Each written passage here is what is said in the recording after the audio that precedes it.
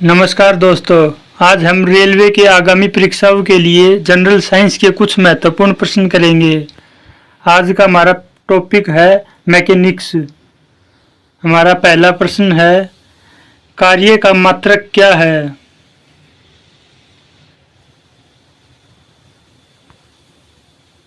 सही उत्तर है जूल। अगला प्रश्न है, प्रकाश वर्ष किसकी इकाई है? सही उत्तर है दूरी की। अगला प्रश्न है, बल की एसआई यूनिट क्या है? सही उत्तर है न्यूटन। अगला प्रश्न है, पारसेक किसकी इकाई है? सही उत्तर है दूरी की।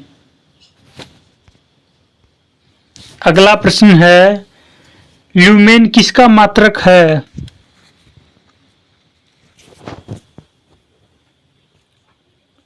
सही उत्तर है ज्योति फ्लेक्स का।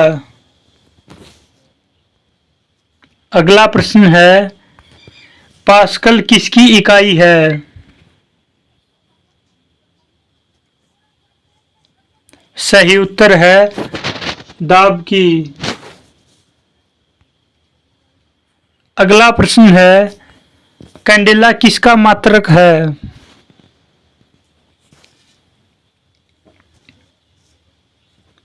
सही उत्तर है ज्योति तीव्रता का। अगला प्रश्न है, चुंबकीय क्षेत्र के माप की इकाई क्या है?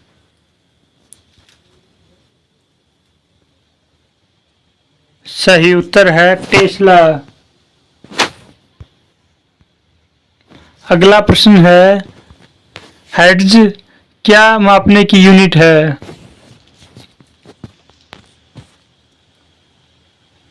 सही उत्तर है तरंगों की आवृत्ति को मापने की यूनिट है।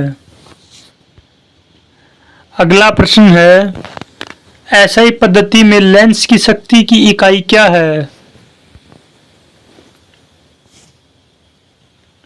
सही उत्तर है डायोप्टर। अगला प्रश्न है, ध्वनि की तीव्रता मापने की इकाई क्या है? सही उत्तर है डेसिबल। अगला प्रश्न है, तापमान की एसआई यूनिट क्या है?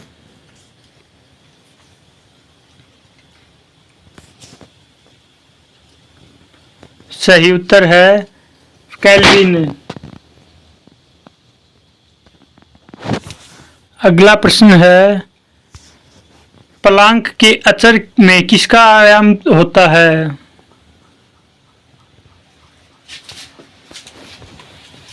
सही उत्तर है कोणीय गति का आयाम होता है।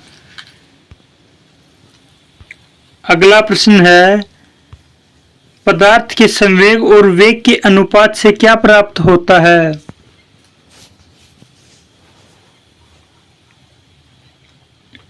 सही उत्तर है द्रव्यमान।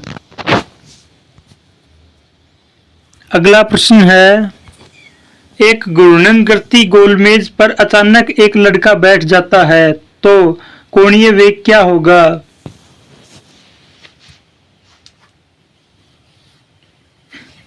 सही उत्तर है कम हो जाएगा।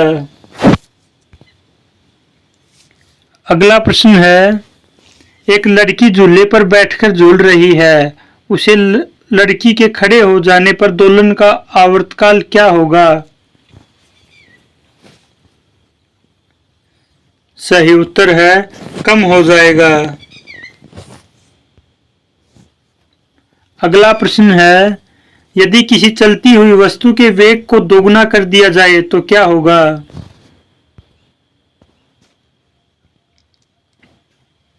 सही उत्तर है गतिज ऊर्जा 4 गुना हो जाती है।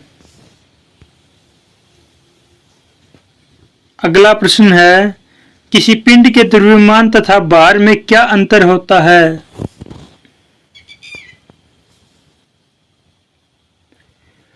सही उत्तर है द्रव्यमान स्थिर है जबकि भार परिवर्तनीय है।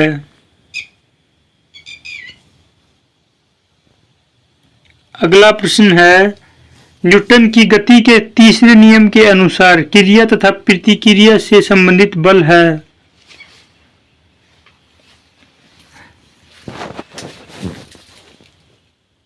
सही उत्तर है हमेशा भिन्न भिन्न वस्तुओं पर ही लगेगा क्रिया और प्रतिक्रिया बल।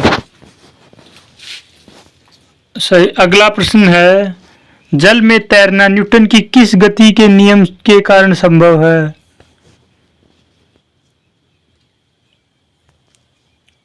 सही उत्तर है तृतीय नियम के ऊपर। अगला प्रश्न है न्यूटन के पहले नियम को क्या कहते हैं।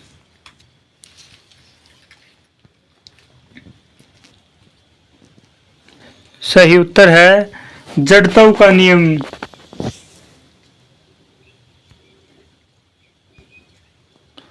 अगला प्रश्न है रॉकेट किस सिद्धांत पर कार्य करता है।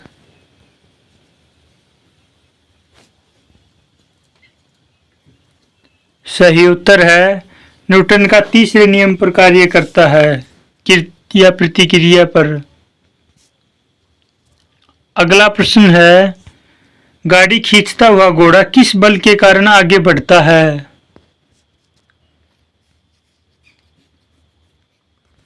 सही उत्तर है पृथ्वी द्वारा घोड़े के पैरों पर आरोपित बल लगाया जाता है उसी से आगे बढ़ता है। अगला प्रश्न है जब कोई व्यक्ति चंद्रमा पर उतरता है तो उसके शरीर में क्या बदलाव आता है।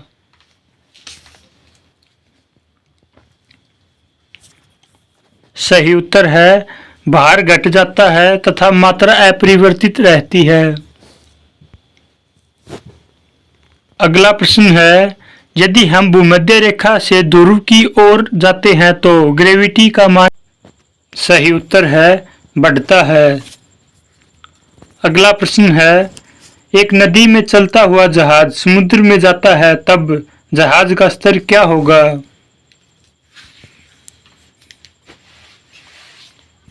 सही उत्तर है जहाज का स्तर थोड़ा ऊपर आएगा। अगला प्रश्न है जब एक ठोस पिंड को पानी में डुबोया जाता है तो उसके भार में कितना ह्रास होता है।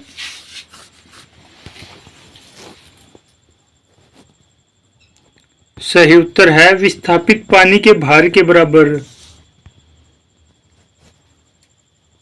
अगला प्रश्न है एक लोहे की गेंद मरकरी से भरी बाल्टी में गिराई जाती है तो क्या होगा। सही उत्तर है यह मरकरी की सतह पर तैरने लगेगी। अगला प्रश्न है किस तापमान पर जल का घनत्व अधिकतम होता है। सही उत्तर है 4 डिग्री सेल्सियस पर। अगला प्रश्न है तैराक को नदी के मुकाबले समुद्री पानी में तैरना आसान क्यों लगता है। सही उत्तर है समुद्री पानी का घनत्व साधारण पानी से ज्यादा होता है इसलिए। अगला प्रश्न है बादल किस कारण से वायुमंडल में तैरते हैं।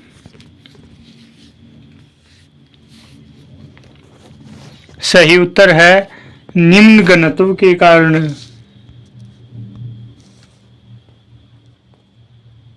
अगला प्रश्न है बांध के नीचे की दीवार मोटी क्यों बनाई जाती है। सही उत्तर है गहराई बढ़ने के साथ ध्रुव का दाब बढ़ता है इसलिए बनाई जाती है। अगला प्रश्न है दाब बढ़ने पर बर्फ के गलनांक पर क्या फर्क पड़ता है।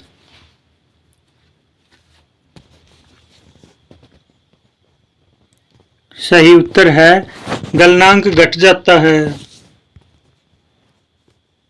अगला प्रश्न है साबुन के बुलबुले के अंदर दाब कितना होता है। सही उत्तर है वायुमंडलीय दाब से अधिक होता है।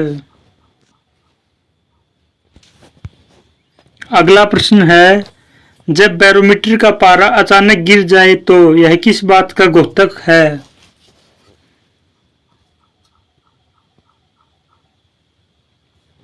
सही उत्तर है आंधी की संभावना का द्योतक है। आज की प्रश्नोत्तरी में जनरल साइंस के 35 क्वेश्चन किए। आपको कितने आते थे कमेंट बॉक्स में जरूर बताना है।